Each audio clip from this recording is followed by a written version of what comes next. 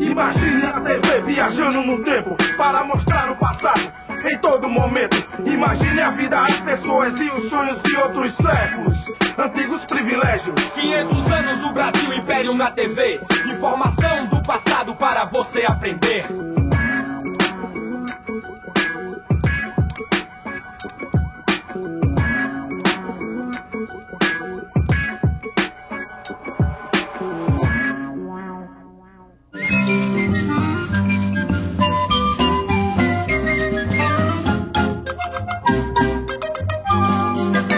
O período que vai do final do século XVIII até o início do século XIX tem um grande significado para a história do Ocidente.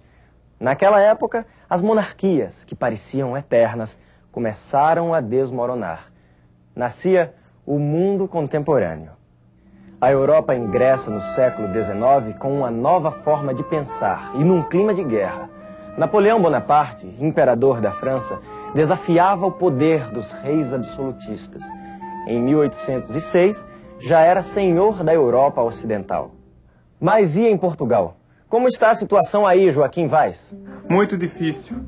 A França ameaça invadir o país se o príncipe Dom João não declarar guerra à Inglaterra. No entanto, há muito tempo que Portugal depende economicamente dos ingleses. Creio que não há outra saída, senhores. Ou a coroa portuguesa sucumbe diante do exército francês, ou retira-se provisoriamente para o Brasil. Mas Dom João precisa da garantia de proteção da esquadra inglesa durante toda a viagem. Of course. E em troca vamos tirar muitas vantagens, é claro.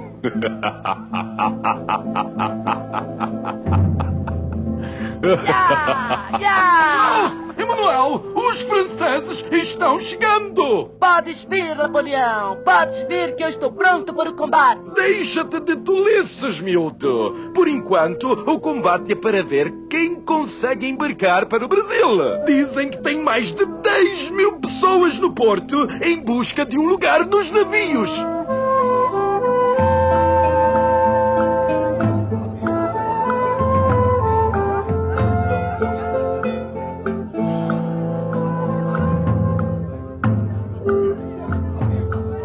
Pai, e o que vai ser de nós sem o príncipe? Serviçais, como sempre fomos, ó. Coloca este baú no navio e volta para pegar o restante das coisas. Sim, senhor. Depois do embarque tumultuado, a esquadra partiu do porto de Lisboa sob o olhar perplexo da multidão que se sentia indefesa e abandonada. Em março de 1808, as embarcações portuguesas entram na Baía de Guanabara. O desembarque da corte é um dos maiores acontecimentos da história do Rio de Janeiro. A população, em peso, compareceu ao porto para ver de perto o primeiro monarca a pisar nas terras do novo continente.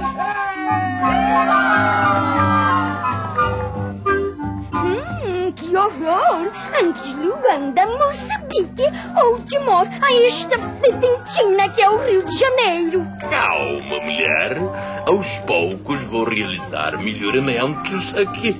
Logo esta cidade será digna da realeza. Meu Deus! Quem é aquele homem tão feio com aquela mulher horrorosa? Não digas isto do nosso príncipe. Aquele é o príncipe? É sim. E aquela é Dona Carlota Joaquina, a esposa do príncipe. E você conhece a família real? Eu sou português e faço parte da... Quer dizer, fazia parte da comitiva. Eu estava no porto com meu pai, embarcando os baús do nosso patrão. E adormeci no navio. Quando acordei, estava sozinho em alto mar, sem meu pai, sem meu amo, que não conseguiu embarcar. Pobre papai, deve ter ficado desesperado. Olha, se você quiser, pode ficar na minha casa por uns dias, até resolver o que fazer. O meu nome é Severino. Obrigado, amigo. O meu é Manuel. Você mora longe daqui? Moro lá no Saco do Alferes, perto do mercado de escravos. Vamos, que é uma boa caminhada. O que significam essas letras? O povo diz que é prédio roubado. Na verdade, PR quer dizer príncipe regente. E por que essas casas estão marcadas? Porque foram requisitadas para alojar membros da corte. Mais de 2.000 que vão ser desocupadas e seus proprietários mandados para a rua.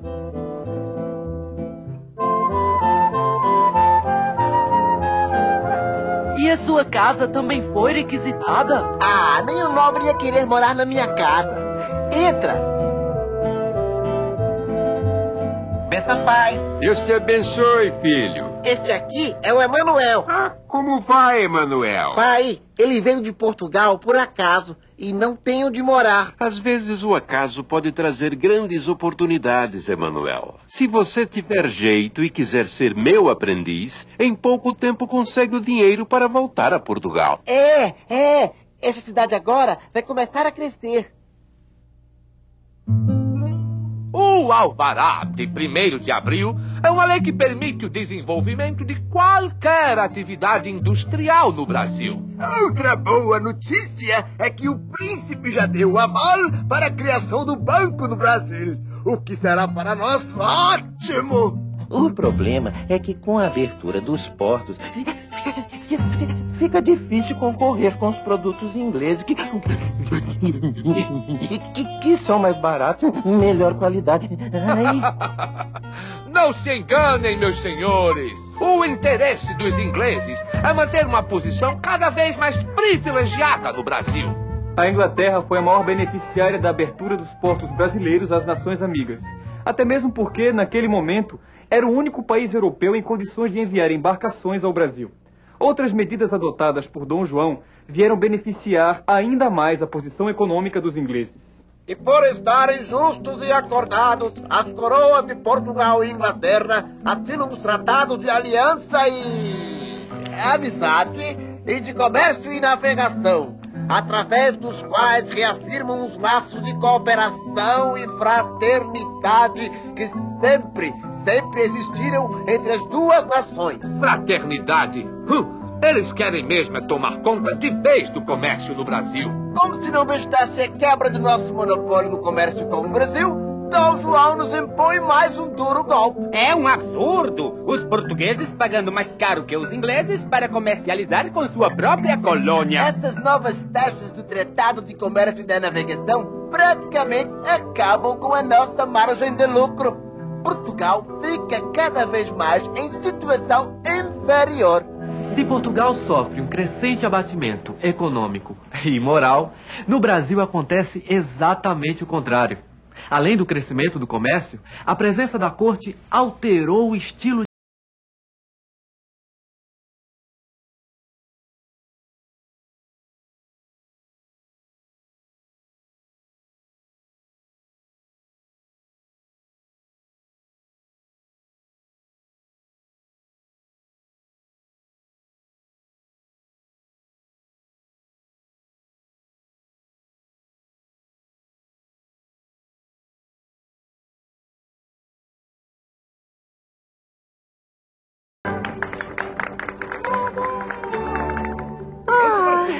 Quando teremos mais espetáculos como esse?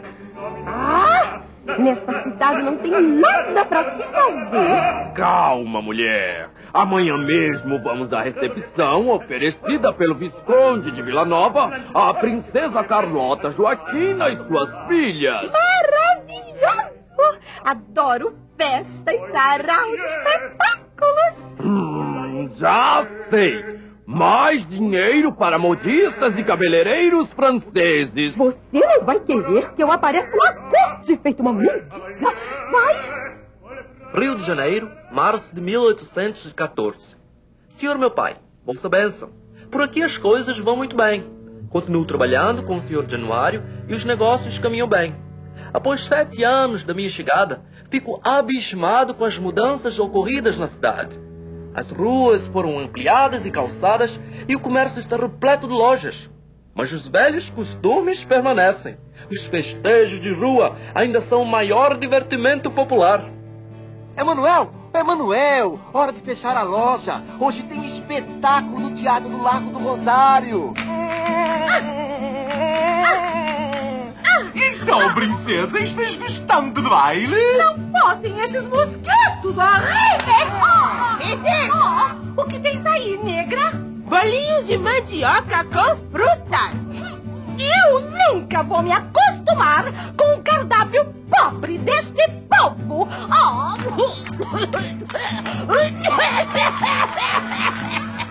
Vai, princesa!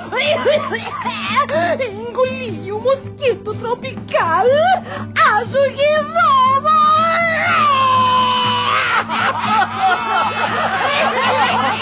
Falar da princesa em praça pública! Isso da cadeia! Se os homens da intendência aparecerem aqui...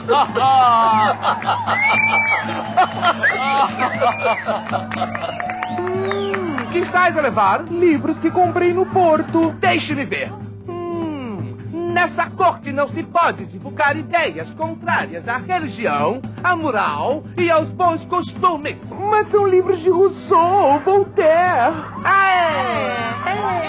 Pior ainda, essas ideias francesas de liberdade confundem o povo e perturbam a paz. Estás preso. Eu? E tens de pagar pena de 200 mil réis. Mas eu não fiz nada. Sai. Lá vem os homens da enfermeira. Do Rio saem muitas novidades para as demais províncias. A presença estrangeira dá o clima cosmopolita à cidade, que mesmo assim conserva marcas profundas dos tempos da colônia. 100 mil réis. Quem dá mais é vendido para o senhor. A Baía de Guanabara é o maior terminal negreiro da América e os escravos representam mais de 35% da população do Rio. Ao contrário do que já ocorre em outros países, a corte portuguesa teima em considerar a escravidão como indispensável à prosperidade de suas colônias. Com a saída das tropas de Napoleão, a situação do Império era bem diversa nos dois lados do Atlântico. De um lado, Portugal, enfraquecido, sem rei, sem sua antiga posição. Do outro, o Brasil, sede da corte e com um vigoroso movimento de comércio. Conservar a unidade do Império nessa condição era uma tarefa bem mais difícil do que imaginava a elite brasileira.